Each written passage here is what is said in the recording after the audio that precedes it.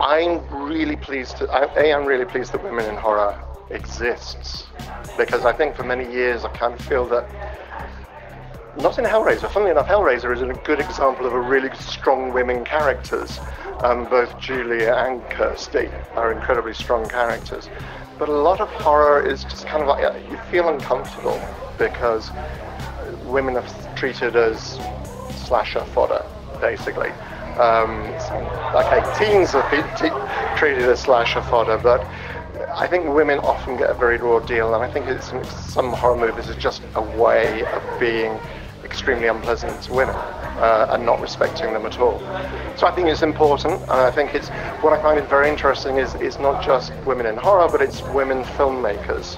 I think we're seeing a lot more women filmmakers now, and that is very exciting as far as I'm concerned, because it brings a whole new dimension, a whole new viewpoint to a subject, and the fact that it's women in horror, I think is particularly special as well, because, for what I said before, because it's empowering women.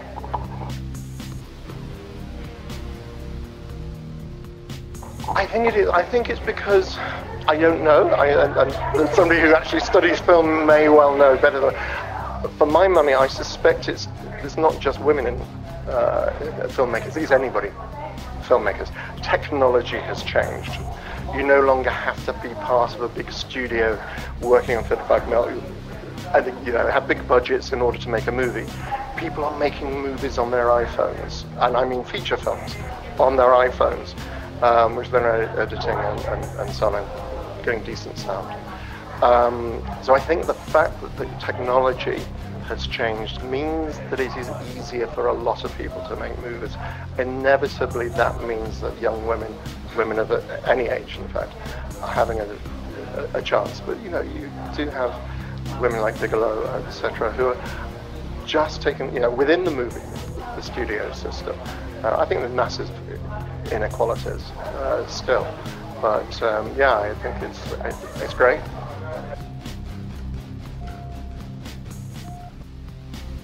My defining moment for wanting to be an actor was probably when I was about 6 years old, and we did the school play. So it starts from there. Getting into movies, well, that's just thanks to Clive Barker. The defining moment was when I got a phone call saying, "Nick, I'd like you to be in a movie." And I went, yes, yes. So I think, yeah, it's all thanks to Clive.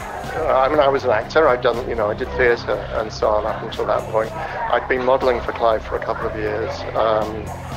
And he just asked me to be in this movie. It was a no-brainer.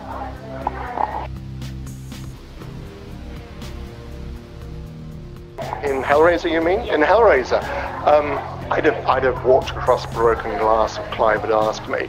I think it was Clive. Obviously, I knew his work, and there was books of blood had been published, and as I say, he was a good, close friend of mine. But what attracted me about the movie is kind of what I said before. I mean, I can't remember if I'd read Hellbound Heart when I read the script or which came first. But it's the fact that it's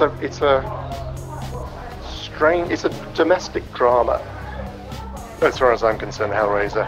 It's a love triangle with blood and monsters. But at its core, it's about relationships, about passion, it's about desire, about sex, and empowering women.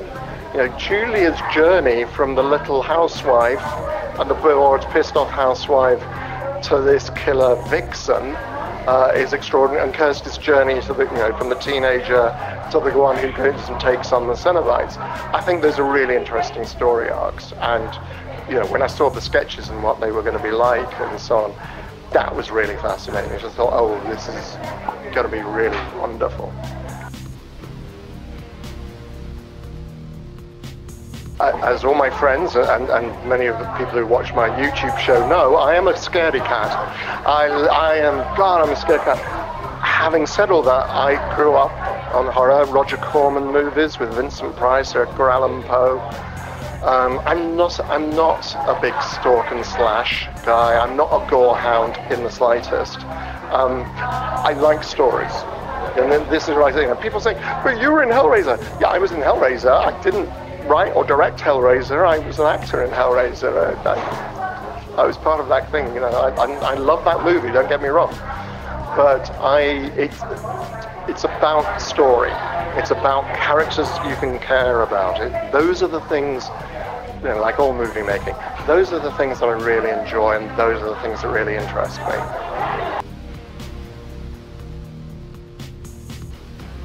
Inspires me, Vincent Price.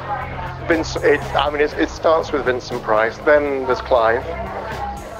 Nowadays it's the Soska sisters. I'm just a huge fan of the Soska sisters.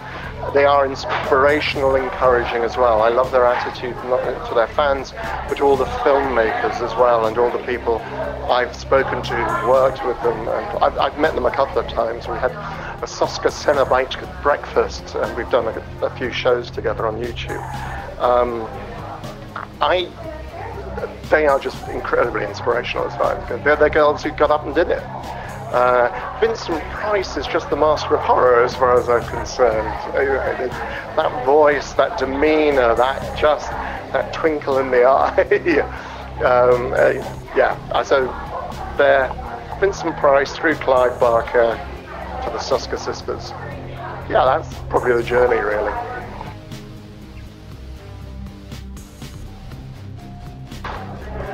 Don't give up. Don't read the reviews.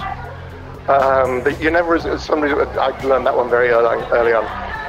You're never as good. You're never as bad as they say you are.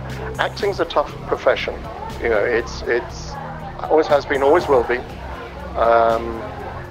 and it's a lot to do with luck and being in the right place and so on.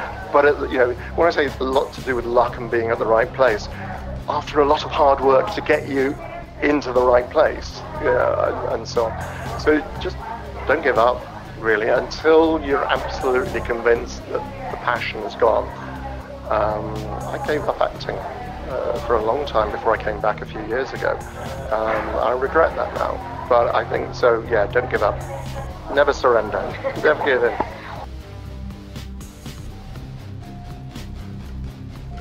Lots of stuff. It's really interesting. I've got Mindless premiering in Glasgow at the end of the week. I'll be in Ireland at Screenvention with Tony Todd and Kane Hodder and Barbie Wilde and Simon Bamford. I hope the gang's all here. My own short film, The Night Whispered, is almost at Picture Lock, so I hope to get that into film festivals in the next month or so. There's a number of other short films. There's a film called Hollower that's just come out, a feature film from Myco Entertainment, and then there's Rats by Mark Logan, Remnant by Andy Stewart, Retribution by Paddy Murphy, the 3 R's, plus Mindless, as I say, all coming out in the next few months, going into festival circuits and so on. But otherwise, I'm just working on my 3rd volume of short stories, and another short films, and so on.